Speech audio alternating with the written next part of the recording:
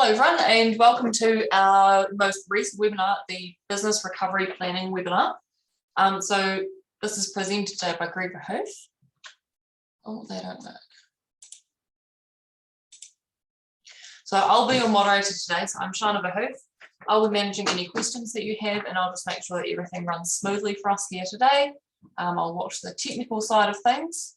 If you haven't used Zoom before, which most people have by now, but down the bottom, you've got your audio settings. If your speakers or your microphone or anything aren't working, you can check them there. If you want to chat to us, there's the chat button. And if you have any questions throughout the whole webinar, just click on that Q&A button and fire your questions through. And at the very end of the webinar, we will go through and answer any questions that you had. And if you want to leave, we've got the leave meeting button down there as well. So our panelist today running our webinar is Greg Verhoef, who is the primary here at Greg Verhoef Chartered Accountant. He's going to walk us through this webinar today. So I will leave that for you, Greg. Thank you very much there, Shana. So this is about the 6th in our series of webinars. We've been doing one every couple of months, a whole range of great topics. You can jump onto our website and find links to the others.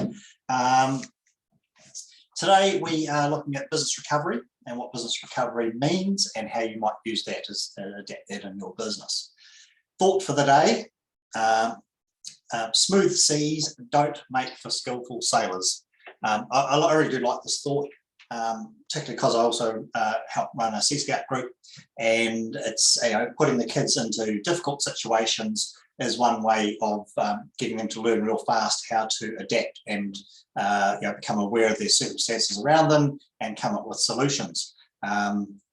It's the catchword these days, resilience training, and that's what it's all about with young people now, is giving them resilient skills. So anyway, smooth seas don't make for skillful sailors, and just like running a business, if everything is too easy, then businesses do tend to get a wee bit used to the status quo, and everyone keeps carrying on as normal. And every now and then we need a good storm to shake things up and to test those skills. And basically what happens is the good ones survive and the not so great will maybe sink. Unfortunate as it is, that is the sort of the nature of business. We all appreciate the calmer weather, and coming out through the storm, the calmer weather always seems much more appreciated out the other side. So we're currently operating down here in the South Island at level 2. It's the ripples are there, but most businesses are operating. And it's sort of like the storm, calm before the storm. We can see the bad weather on the horizon. We're not quite sure how rough it's going to get, but we have that bit of time up our sleeves now to actually get prepared and to do a wee bit of groundwork to be ready. The more we can plan ahead, the better position we'll be when things do come a bit rough. All right, agenda. So these are the slides we're going to run through today. Closing the disconnect, and then we look at the need to reinvent. We look at the 4 different sort of reinvention methods. And then we talk about the process of putting together a business recovery plan, which then sort of starts back at the basics with your personal budget, then your business budget, then looking for opportunities, identifying risks, then turning that into some goals and actions and pulling that together into your business recovery plan. How we can help you at the end there, and questions, please. As we're going through, if you've got any questions, please send them through. We love to help people. So yeah, look forward to some questions at the end. All right, closing the disconnect. So what technology these days helps us connect. Even though maybe we can't meet face to face, we can meet on Zoom calls. I have a bit of a dislike for Zoom calls. I'd much rather sit in a cafe and have a cup of coffee with someone. But when you can't do that, at least we do have technology that does let us do that. And we can have one-on-one Zoom calls, or one-to-many, or group ones, and all sorts of things. So we have the technologies there to help us. But really what I'm talking about in closing the disconnect is the working together as a team, building a team around your business with your accountant, your banker, your lawyer, a confidant or someone else, or another business person who's got some skills, and having that connection of that team around your business to help you, guide your business at times when needed. Yeah. Right, the need to innovate. During times of adversity, we often think of things outside the square and to reinvent the way we do things or the way we behave. So there's 4 main opportunities to reinvent your business. So the first one, the first of the 4 is to innovate.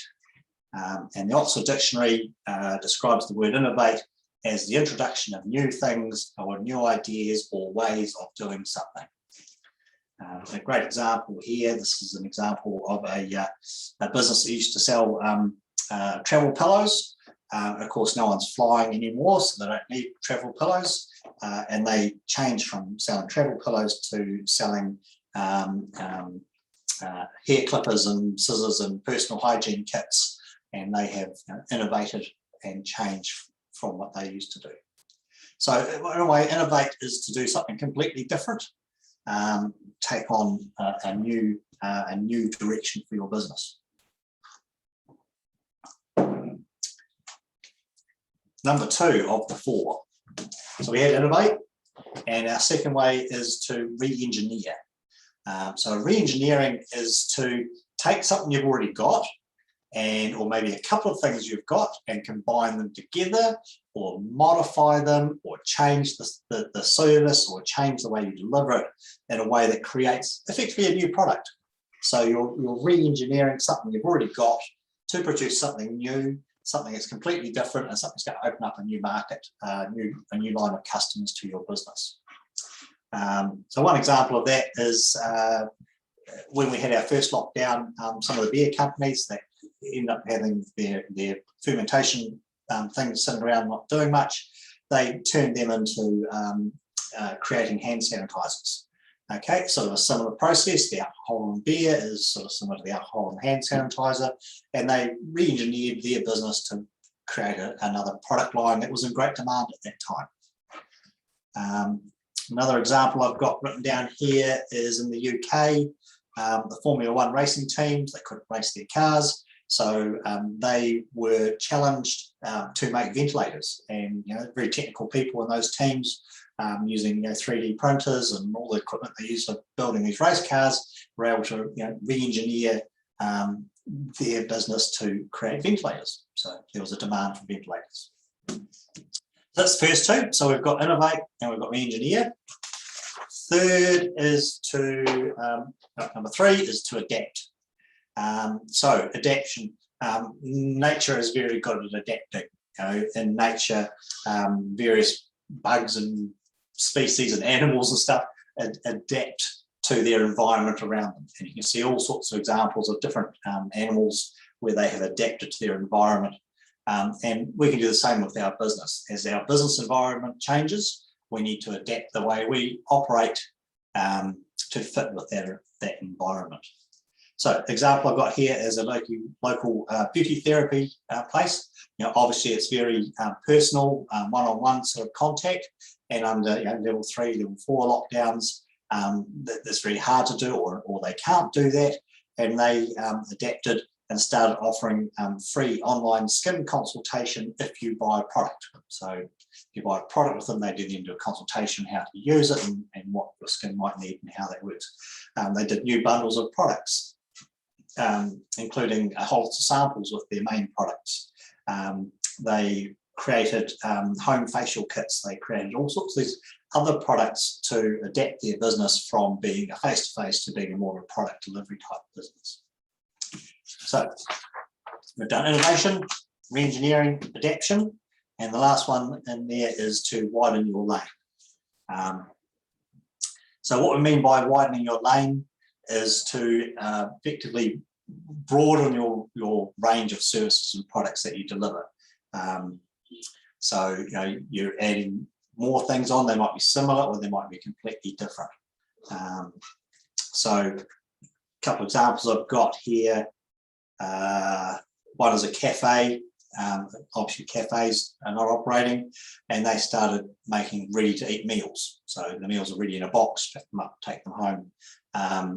Wholesaling ingredient bundles ready for a recipe. So here's all the ingredients to make chocolate chip cookies or brownies. Here's the recipe, $20 for the box. So yeah, a bit outside the normal for a cafe to offer that. But in the cafe itself, they have all the ingredients. They have the knowledge of how to make all their sweet treats that they sell, and all they're doing is repackaging that in a way that they can sell in a different method. So with these 4 ideas, innovation, re-engineering, adaptation, and broadening your offering, it's how you can use those 4 things to, with your own business in mind, to be prepared for the future. Okay, and that's what business recovery planning is really all about. All right.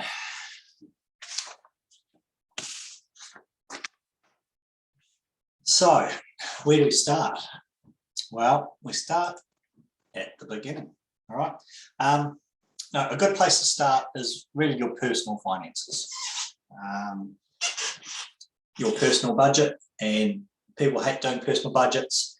And I mean, I'm not a great fan myself, but it's really good to sit down every now and then and look at what you're spending, how much you're spending on different parts of your personal life, and think about, is that really necessary? Do I really need that? Can I trim that out? And get a really good handle. A lot of people don't understand how much they actually spend. We actually have a better idea in our businesses sometimes, because we do sets of accounts that show that we spent X amount on entertainment in the business, and X amount on vehicle expenses, and X amount on rent and so on.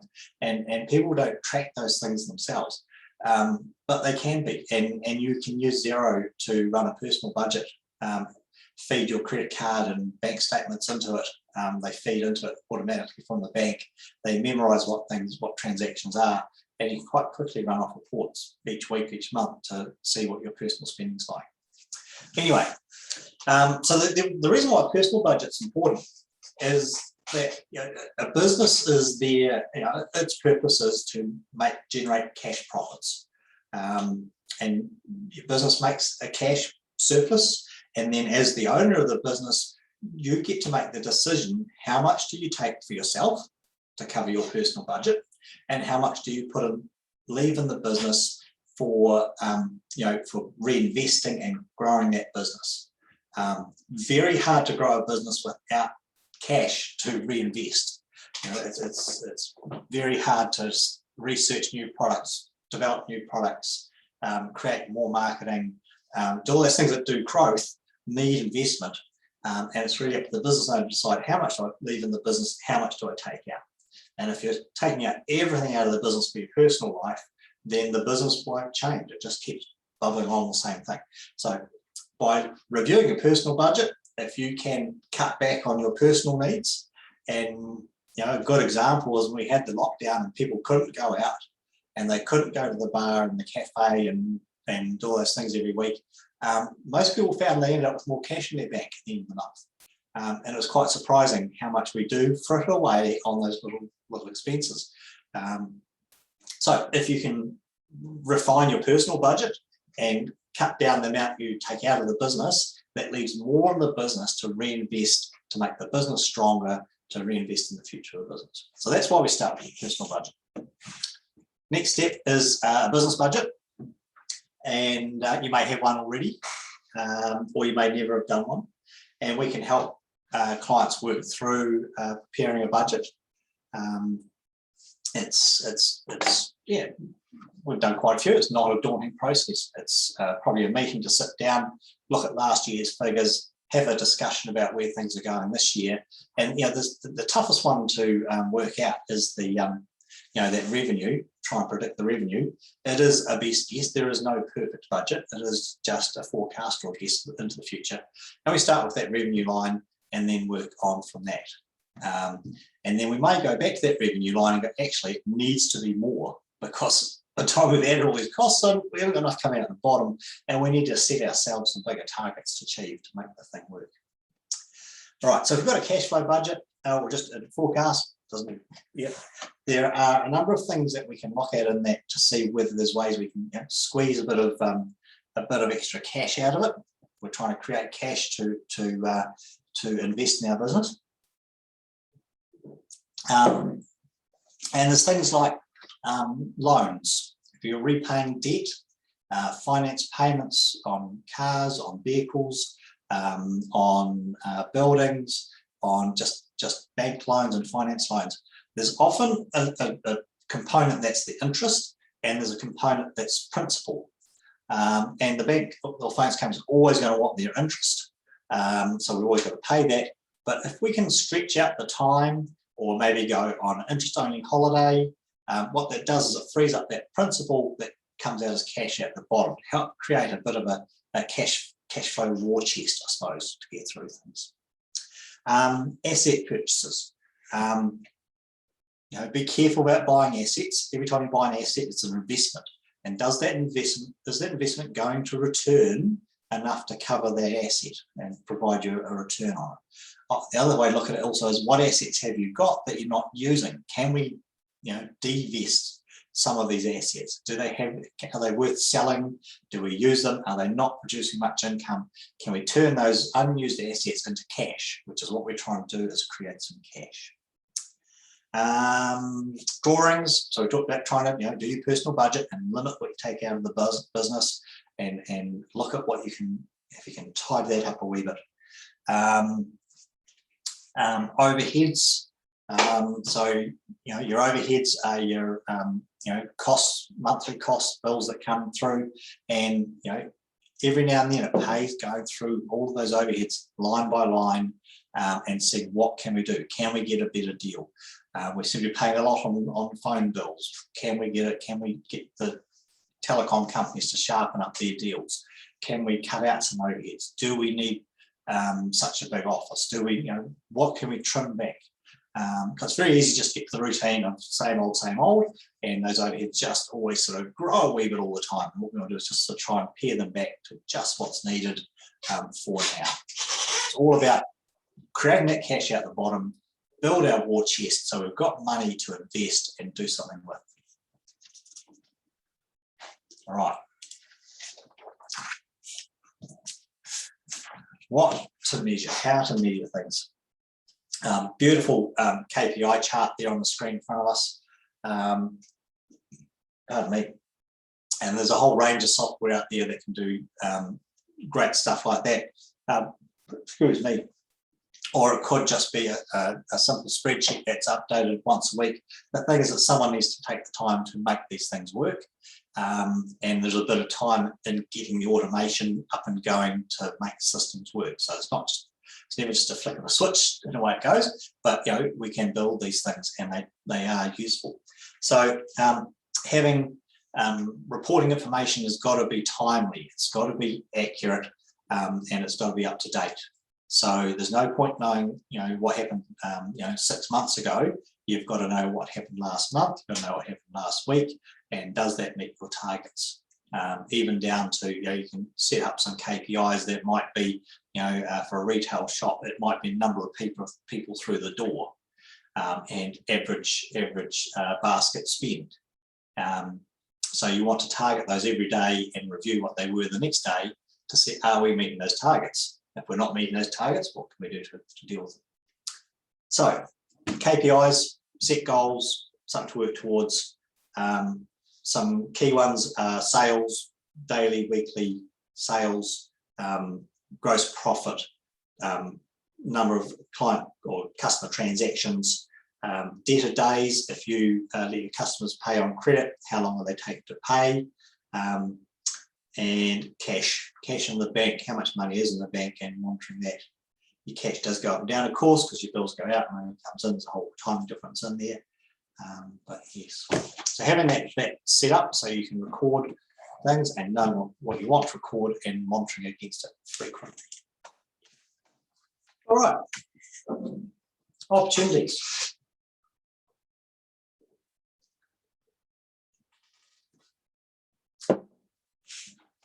So once you've got a sort of like a high level idea of your budget, So you reviewed your personal budget, you reviewed your business budget, and you've got an idea of what it is you need to achieve. Then we start looking at opportunities for your business. So this is where we go back to those first 4 slides we had. We had the innovation, what can you innovate? Re-engineer, what could you re-engineer? How can you adapt? And how can you widen your product range? So it's really an ideal opportunity for brainstorming. And just looking at the slide thing, is that the Wanaka tree? I think it is. People in the South Island will know the Wanaka tree. Sorry, I'm distracted. Yeah, so we're going to have 4 opportunities: innovate, re-engineer, adapt, and widen.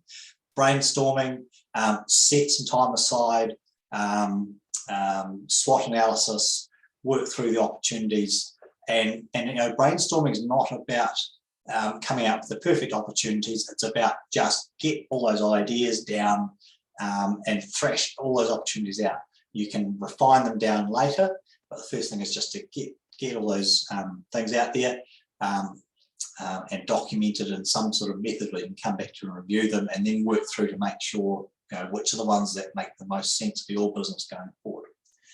Some of the key things are, how can you do your business online, especially if we end up back in a lockdown situation? How can you use technology? How can we use systems and process to automate stuff and make things flow simply? Right, opportunities. Next, vulnerabilities. Get tongue around that one. So there is, of course, the opportunities. There's a flip side to that, and that is, what are the vulnerabilities of our business? What are they right now? What could they be? So sitting down and thinking about what could affect your business gives you an opportunity to plan to overcome those things if they become a problem. They may never happen, but if you know that this is a risk and this is my response to it, at least you've got a response that hopefully gets you through that risk. You have to be really quite brutally honest in your assessment. Don't be afraid to put it all down. This is what could go wrong, and this is what we need to do. This is the best way forward through it. It's about planning ahead, being ready for things when they happen. Maybe you don't need it, but if you've got a plan, it takes some of the stress away, knowing that there is a plan. Right, so we would suggest probably from your SWOT analysis having 5 opportunities to grow your business, and list the 5 vulnerabilities that you need to identify in your business. So no more than 10 things to work on, because otherwise it becomes too overwhelming, and you can only deal with the things you can deal with. You can't worry about the ones that you can't do much about.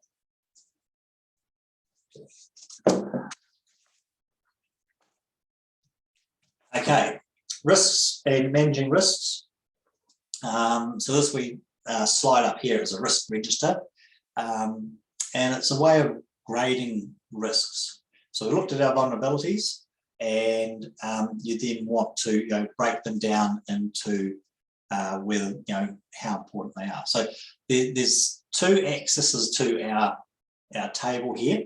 One down the side is how likely something is to happen. So a 1 up and down the side is is not going to happen, or very remotely going to happen, and a 5 is almost certain.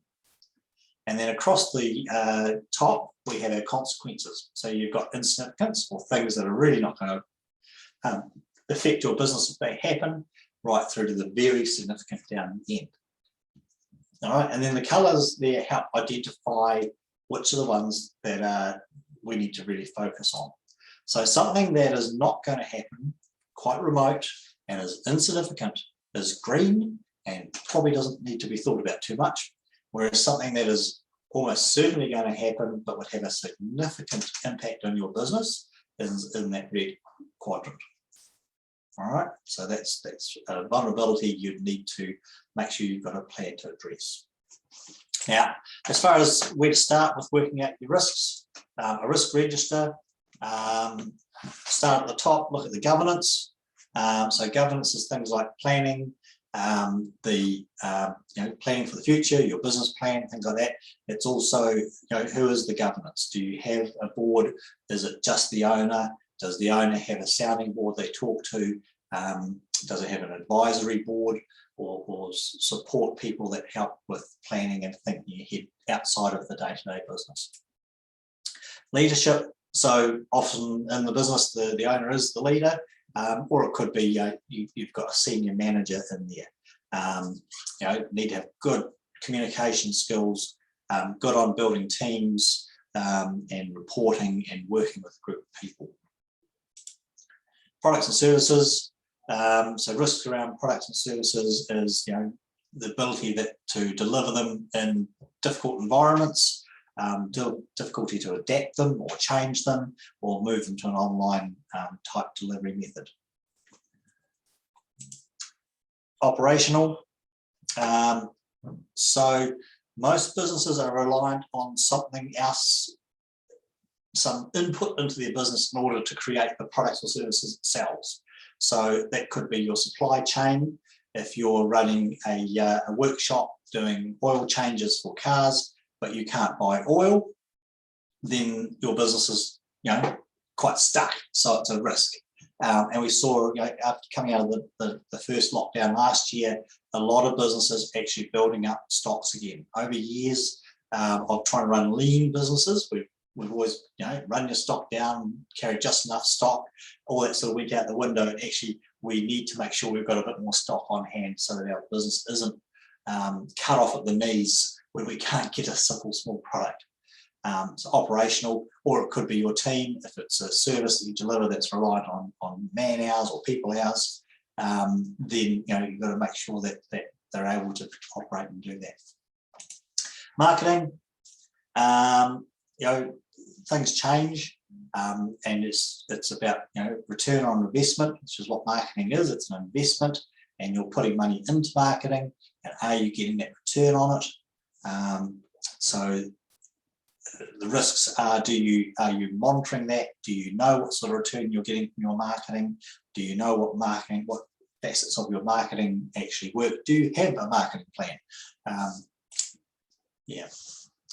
Digital marketing, online, social media, all these things have come on board. It doesn't mean that the old marketing doesn't exist anymore, but there's now a far wider range of products out there to get out to your market. And it's about making sure you're covering the right ones to find your customers. Sales,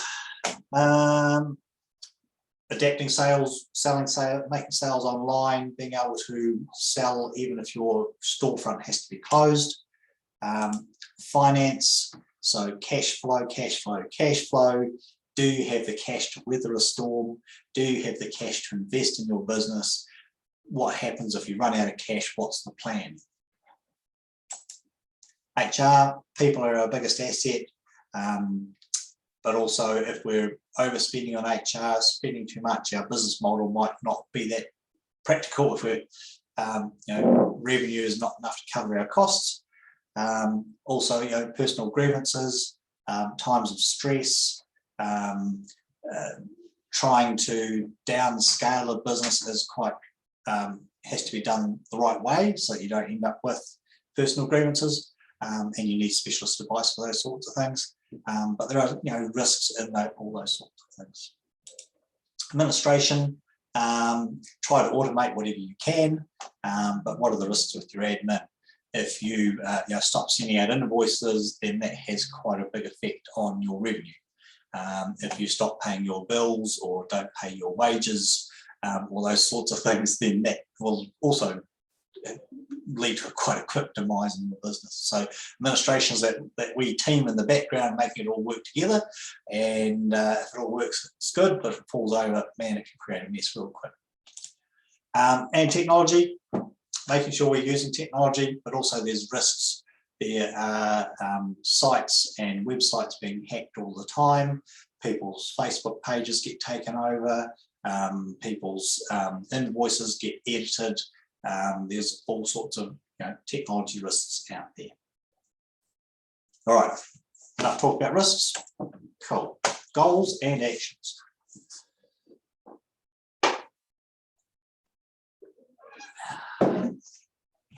Okay, so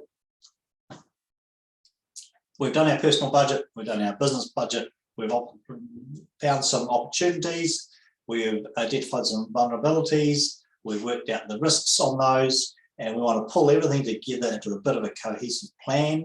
And then out of that plan, we're going to create a bunch of actions and people who are going to carry out those actions by a set date. So we talk about smart goals that are specific, measurable, attainable, relevant, and time-based. All right. Pull everything together into a complete package, and it's about setting the time aside to do it, and we're here to help businesses walk through that process and help them do all those steps in the process to end up with that end result. So depending on your circumstances, your package should include personal budget, a risk register, a business recovery plan, a business forecast, an organisational chart, and your goals and who's going to achieve them at the end.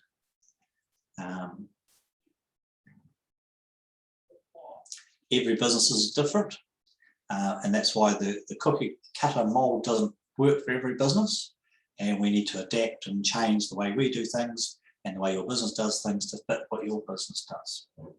All right, now I've got a simple recovery plan here, an example of one, so I'm just going to step through. This is an example of one put together for a business. So it starts off, the first section is a bit of a executive summary. And the point of the executive summary is in a couple of paragraphs to give the reader an overview of the issue and the solutions and what the business is going to do to work through it.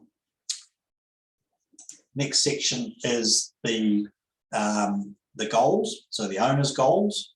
So in this case, we've got monthly spend, annual spend for the owner. The role of the owner and how many hours a week they're working, what they're doing now. And the goal is that in 3 years' time, they want to increase their wage, do less of the ops and just become a general manager and take 12 weeks holiday.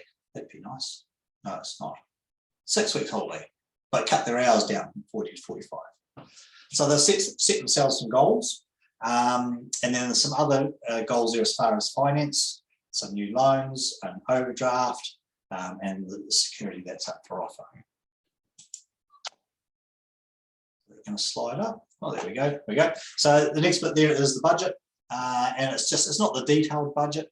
It's just an overview of the budget. So we've got our revenue, our GP, our margin, our overheads, profit, and don't forget your tax because you still got to make sure that's being set aside and paid as you go. We use the AIM provisional with a lot of our clients, and for those clients, it means that we're doing an updated profit and loss every 2 months, which first of all helps us understand where their business is going for the last 2 months, helps you understand the business owners to understand how their business has gone for the last 2 months. And it means that that tax bill is created at that point, and they pay their tax as they go. At the end of the year, it's just a small wash up normally, and it just gives everyone the confidence that they're actually covering their liability and removing those surprises. We like to help try and make things simple and remove surprises for our clients. So tax there, and AIM's a good way of dealing with that. Right, so we've got our annual, and that's broken down into the 4 different quarters for the year. Budget break-even analysis. So we've got our net profit, we've got our drawings that we hope to take out of the business, some asset sales, loan principal. So these are other things that affect our cash movements that are not part of our operational budget, but you still need to be able to budget in that cash movement because that then determines whether we need to borrow money, put more money in, take less drawings, work out that cash flow position. Right, critical KPIs to be achieved. So again, in this example, this business wants to get their debtor days under 45. So debtor days is what that refers to as the average time to collect a debt from a customer, and there's a formula we use to work that out. They've also want to get their stop days down. Again, there's a formula to work that out. They want to make sure their GP margins are hitting at least the minimum, that the weekly sales are hitting a minimum, regular board meetings. You can see how it's sort of laid out, the critical KPIs. On this right-hand side here, we've got our opportunities, the opportunities they have identified to grow their business. Right, now we break it down into, okay, so we've got KPIs, opportunities, our vulnerabilities, things we need to watch out for, and our most critical challenges.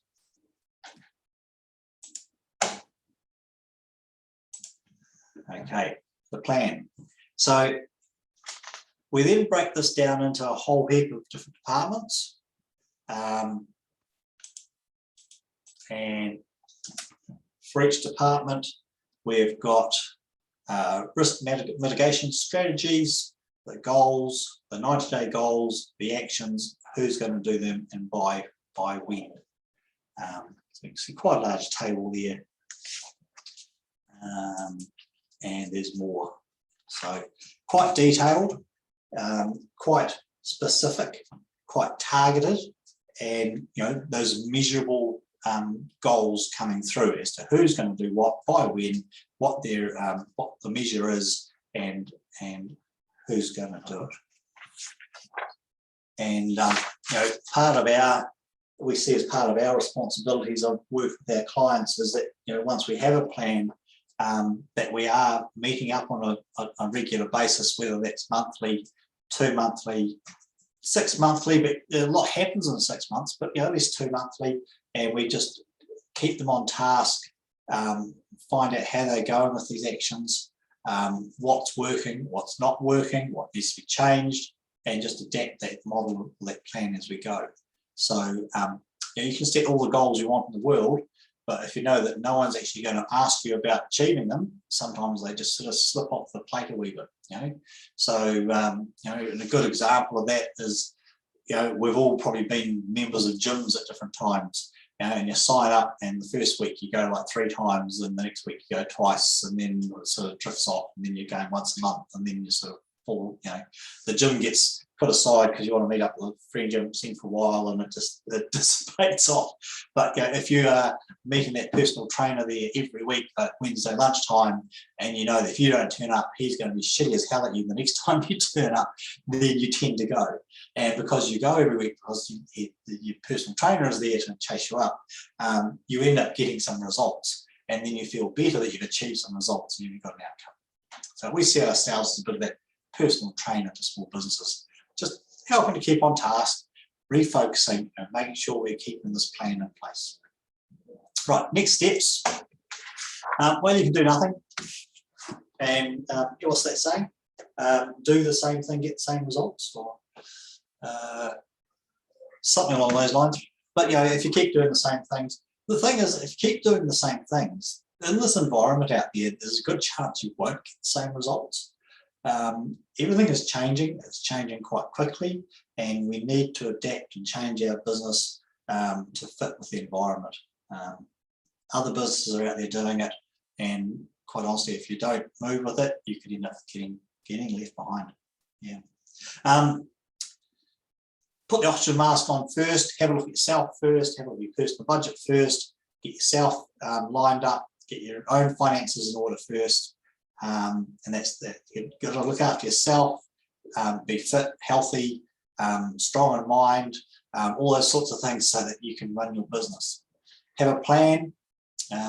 Without a plan, you're not going anywhere. Focus on what can be done. Don't focus on what can't be done. And give us a call. We'd love to help you. And we've got a great team here at this. We practice on Andy Bay Road, and we're having fun with our clients. And we enjoy getting out and working with them. So how can we help? So business recovery planning, it's I've put it on there, it's about $1,500 plus GST. For most small businesses, that would be what the price is. For a larger, more involved one, it might be a bit more. And what that basically covers is the prep work. So we need to spend a bit of time getting our head around your business, getting our head around your numbers, making sure your numbers are up to date, so we know things are actually at. We then have some questionnaires we send out for the planning session, and we get that back in and collect that information. We'll then run a planning session at a venue somewhere that's best if it's away from your workplace and away from our slightly different environment. There'll be a couple of us who would attend and run that session. Normally about half a day is a good time to set aside for that. And you'd want to have your key people, your team around you as far as that. So it's not just a one-on-one. It's it's you, your business partners, your key staff. If you've got a person who guides you at your business, or another business coach, or another business you work with closely, it's about having a group around the table. So there's good brainstorming, good ideas, and some people that completely outside your business environment, if you like, to be able to throw fresh stuff in there, because we tend to always look at the same. We're in business and you do the same old, and you need the big ideas coming through. So about $1,500 for that. We run the half-day session. We then bring all that information back and we build that out into a business recovery plan. A bit like the example you saw there. That one was quite detailed. So it may be as detailed as it might be less, but it's what you don't want to set too many goals because you can never achieve them either. If you're not ready to make that commitment to the business recovery plan, we do like working with clients. We do like meeting with them on a regular basis. And we have a number of clients where we meet up on a 2-monthly basis and we work out where they want to go, what their goals are, and we just keep, what's the next step towards those goals? What do we need to do? And we just review the figures, review the numbers, see how they're progressing, and just do that sort of coaching role on a quite close basis. And if you ever want to have a cup of coffee, always happy to have a chat. The cafe just 100 metres from here makes great coffee. Give me a call, I'll meet you there. We can see if there's a way we can help your business and whether we can help you, manage your way with your business through this time ahead of us. But we're up to 45 minutes, that's not too bad. Questions? Do we have any questions, Shana? We have a few here. So I love the idea of a business recovery plan, but I'm flat out with work right now. How do I free up capacity to do this? Yeah, we're all flat out. That's just the nature of business. We're treading water, really busy at times, I think, just to stay still. When I first started working, I read a book, Stephen Covey book. It was called First Things First. Which was the book he wrote before writing the 7 Habits of Highly Effective People. And I actually think it's a far easier read. But a lot of what he wrote in that first book went on to be 7 Habits. And he talks about the 4 quadrants of what's not urgent, not important, what's not urgent and important, what's urgent and not important, and urgent and not important. And drawing those quadrants and putting your daily tasks into those quadrants. And when a new task comes along, thinking which of these quadrants does it go into? So those non-urgent, not important ones, you put aside to a time when you do have them. And you delegate and systemize as much of everything else that you can so that you can focus on the important stuff. And this at this stage would probably be an important, not urgent. But if you don't do it, it's going to be important, urgent. So by dealing with the important, non-urgent stuff now, you minimize the important, urgent stuff. You get my drift. Anyway, we're all busy. It's about delegation of tasks that you can, systemize what you can, and this has got to be an important thing that needs to be done, and just making sure you put the time aside. Block out some time in your diary for your business plan, block out some time for doing a budget, block out some time for doing the recovery planning meeting, block out some time coming for coffee with me. Brilliant. Right. Cool, yep, sounds good. I understand. Cool, so I think that's all of our questions. Right. If you do have any other questions that you would like answered, feel free to get in touch with us, or if you'd like to get in contact and think that we can help your business, then please reach out to us, because we love to work with new businesses and talk to people about their business and what they do. Other than that, I think we're all done. So 4:45, it's time to knock off, have a quick beer maybe, and enjoy the evening. Anyway, love to see you around, and thank you for listening to our webinar.